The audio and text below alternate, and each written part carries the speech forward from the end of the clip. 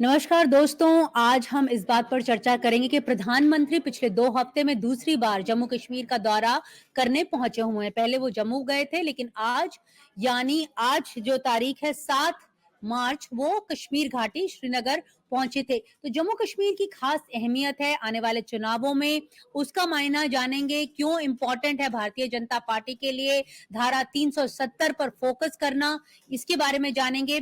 दरअसल जो पूरा भारतीय जनता पार्टी का जो भी पोल स्ट्रैटेजी है, जो कैंपेन है, वो धारा 370 के आसपास इर्द-गिर्द घूम रहा है।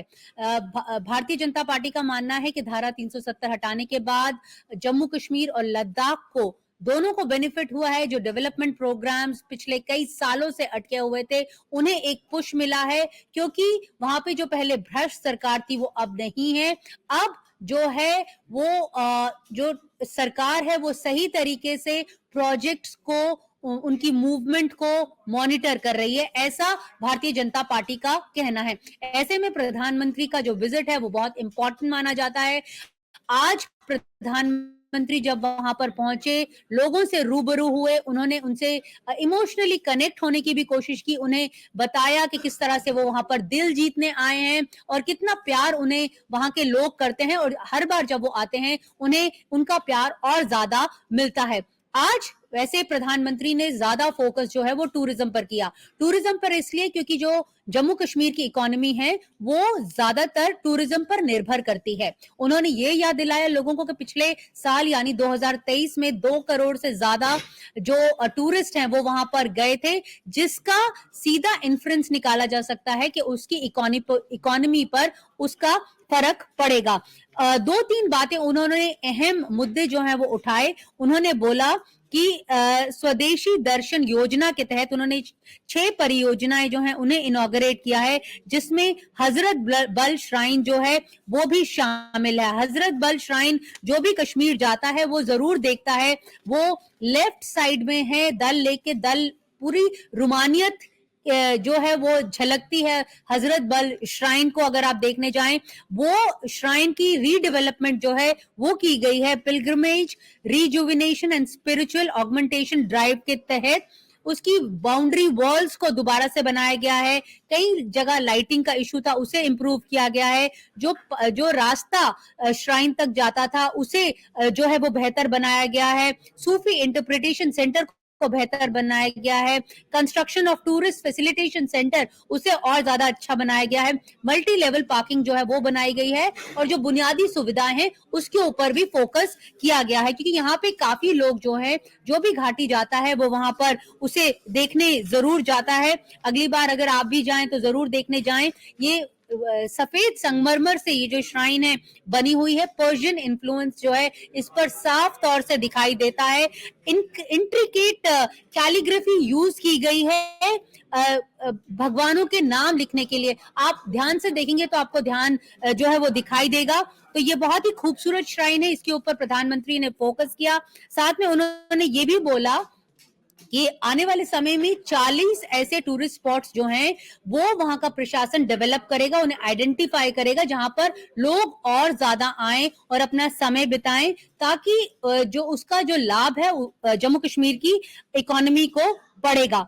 दूसरी बड़ी बात उन्होंने जिस पर फोकस की वो था देखो अपना देश। ऑनलाइन पोर्टल लॉन्च किया जाएगा, जिसमें लोगों से ये सवाल पूछा जाएगा कि कौन सी जगह उन्हें सबसे ज्यादा खूबसूरत लगती है और वो कौन सी जगह है जहां पर वो जो जाकर घूमना चाहते हैं, और जो बेस्ट प्लेसेस हैं उनमें उनको भी ज्यादा और सहूलतें दी जाएंगी, डेवलप किया जाएगा, क्योंकि कश्मीर की जो सुंदरता है उसको हमेशा एक इबादत का शहर बोलते हैं। इतनी रुमानियत है कश्मीर की घाटियों में, तो ऑब्वियसली कश्मीर की घाटी तो उन टॉप 10 में आएगी ही, ऐसा प्रधानमंत्री का कहना था। तो कहीं ना कहीं इस पूरे मकसद से जम्मू कश्मीर घाटी को भी जो है वो बेनिफिट होगा।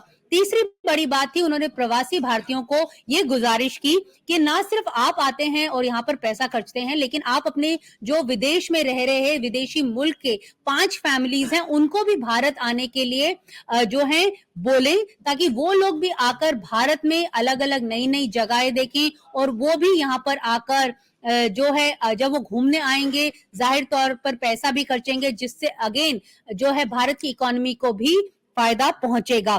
तो चलो इंडिया का नारा उन्होंने दिया।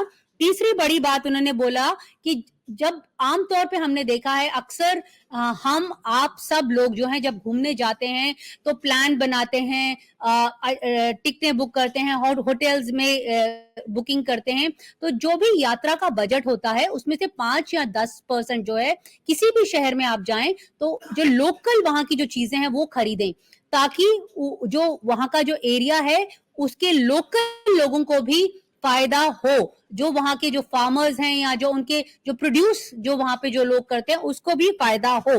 तो ये बात भी उन्होंने आज अपने भाषण के दौरान बोली और साथ में उन्होंने ये बात बोली कि वेड इन इंडिया, क्योंकि हमने देखा है कि अक्सर जो बड़े बड़े अमीर लोग हैं वो अक्सर विदेशों में जाकर शादियां करते हैं, बहुत पैसा खर्च करते हैं। तो उन्होंने बोला कि मैं इन लोगों से गुजारिश करना चाहूंगा कि ये लोग जो हैं वेड इन इंडिया करें, यानी भारत में ही शादी करें, भारत के, क्योंकि भारत के अलग अलग एरियाज में अलग अलग राज्यों की अलग अलग खूबसूरती है। जम्मू कश्मीर के लिहाज से उन्होंने कहा कि यहाँ पे टोपोग्राफी ऐसी है कि हर 5 किलोमीटर के दायरे में आपका जो एक विजन है, आपका जो नजरिया है वो बदल जाता है। कहीं पे आपको झील देखने को मिलेगी, कहीं पहाड़ देखने को मिलेंगे, कहीं आपको जो है रिवर देखने को मिलेगा।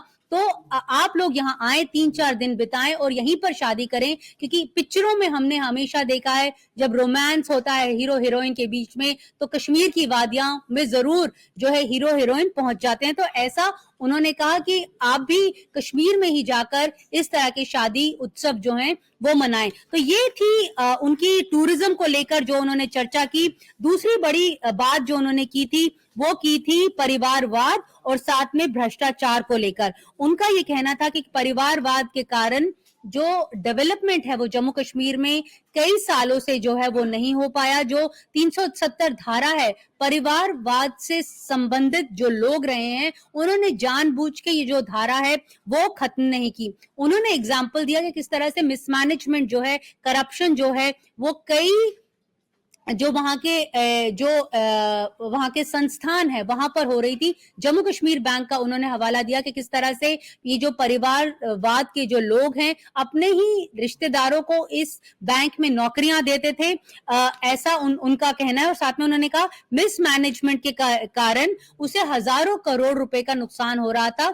इसकी जांच जो है वो फिलहाल भी एंटी करप्शन ब्यूरो जो है जम्मू कश्मीर का कर रहा है। फिर उन्होंने एग्जाम्पल्स दिए कि किस तरह से जो प्रॉफिट मार्जिन है वो कम हो गया था, लेकिन अब पिछले 5 साल में प्रॉफिट मार्जिन जो है वो इंक्रीज हो गया है। बिजनेस जो था उस बैंक का पहले 1.25 लाख करोड़ के नीचे पहुंच चुका था, लेकिन अब पिछले 5 सालों में 2.25 लाख करोड़ के ऊपर पहुंच गया है। फिक्स डिपॉजिट की अगर बात करें तो 80,000 करोड़ के नीचे फिक्स डिपॉजिट आ गए थे, क्योंकि लोगों को भरोसा ही नहीं रहा था उस बैंक पे, लोग अपना पैसा जो है वो वापस ले रहे थे। लेकिन क्योंकि अब ठीक तरह से गवर्नेंस की जा रही है इसलिए लोगों का भरोसा जो है वो दोबारा उठा है। अब जो वहां पे फिक्स डिपॉजिट्स का रेशियो है वो 1.25 लाख करोड़ से ऊपर हो चुका है। नॉन परफॉर्मिंग एसेट्स की अगर बात करें तो 11% से ज्यादा पहले नॉन परफॉर्मिंग एसेट्स हो चुके प्रतिशत से गुड गवर्नेंस जो है वो चेंज करती है इस पूरे के पूरे मामले को। ये उन्होंने कहा। लेकिन जो पॉलिटिक्स है इस पूरे मामले का उसके बारे में भी हमें यहाँ पर समझने की जरूरत है, क्योंकि भारतीय जनता पार्टी को लगता है कि अब ये सही समय है धारा 370 को एक पॉइंट बनाकर वो जो घाटी में जो है वो प्रवेश करने की कोशिश कर रहे हैं, क्योंकि जो भारतीय जनता पार्टी का पोल स्ट्रैटेजी है वो यही है कि आप हमें 370 सीट्स दीजिए। यही नहीं, इतनी बारीक तरीके से वो अपनी पोल स्ट्रैटेजी प्लान कर रहे हैं कि हर एक बूथ पे माना जा रहा है, बोला जा रहा है नेताओं द्वारा कि आप कम से कम 370 वोट जो हैं हर एक पोलिंग बूथ पे जो है वो इंक्रीज करवाइए। और साथ में जो धारा 370 है वो कितनी बेनिफिशियल रही जम्मू कश्मीर ले लद्दाख के लिए। साथ में ये भी माना जा रहा है कि आफ्टर डिलिमिटेशन जो हुई है, जो सीट्स का बंटवारा हुआ है, जो अब नई सीट है अनंतनाग, राजौरी और पुंछ, उसमें इस तरह से समीकरण बैठ रहे हैं कि हो सकता है कि आने वाले समय में वहां पर भारतीय जनता पार्टी को फायदा हो। इसे देखते हुए प्रधानमंत्री का जो दौरा है वो बहुत अहम माना जा रहा है। हालांकि जो जम्मू और उधमपुर की सीट्स हैं वो उनके पास है, जो घाटी की 3 सीट्स हैं वो नेशनल कॉन्फ्रेंस के पास हैं, लेकिन अब माना जा रहा है कि कि वहां पे पिछले 5 सालों में, क्योंकि वहां पे कोई पॉलिटिकल एक्टिविटी इतने बड़े स्तर की नहीं देखी गई थी। जब लोगों से हम बात करें तो वो यही कहते हैं। तो माना जा रहा है इसलिए भी इंपॉर्टेंट थी पीएम की विजिट श्रीनगर में। हालांकि जो ऑपोजिशन पार्टीज है उनका कहना है कि ये एक पॉलिटिकल रैली नहीं थी, ये एक सरकारी जो है प्रोग्राम था, क्योंकि लोगों को, सरकारी नौकरों को, गवर्नमेंट ऑफिशियल्स को बसों में भर भर कर लाया गया था बख्शी स्टेडियम, ताकि वो प्रधानमंत्री से रूबरू हो सके। तो दोनों तरफ से जो तू मैं का दौर है वो चल रहा है। विपक्ष जो कह रहा है कि जबरन लोगों को ले जाया गया। बहरहाल कॉम्पोजिशन बख्शी स्टेडियम का जो भी रहा हो, लेकिन ये बात सच है कि काफी भारी मात्रा में लोग वहां पर पहुंचे थे प्रधानमंत्री नरेंद्र मोदी को सुनने के लिए। तो शुक्रिया दोस्तों, आज के लिए इतना ही।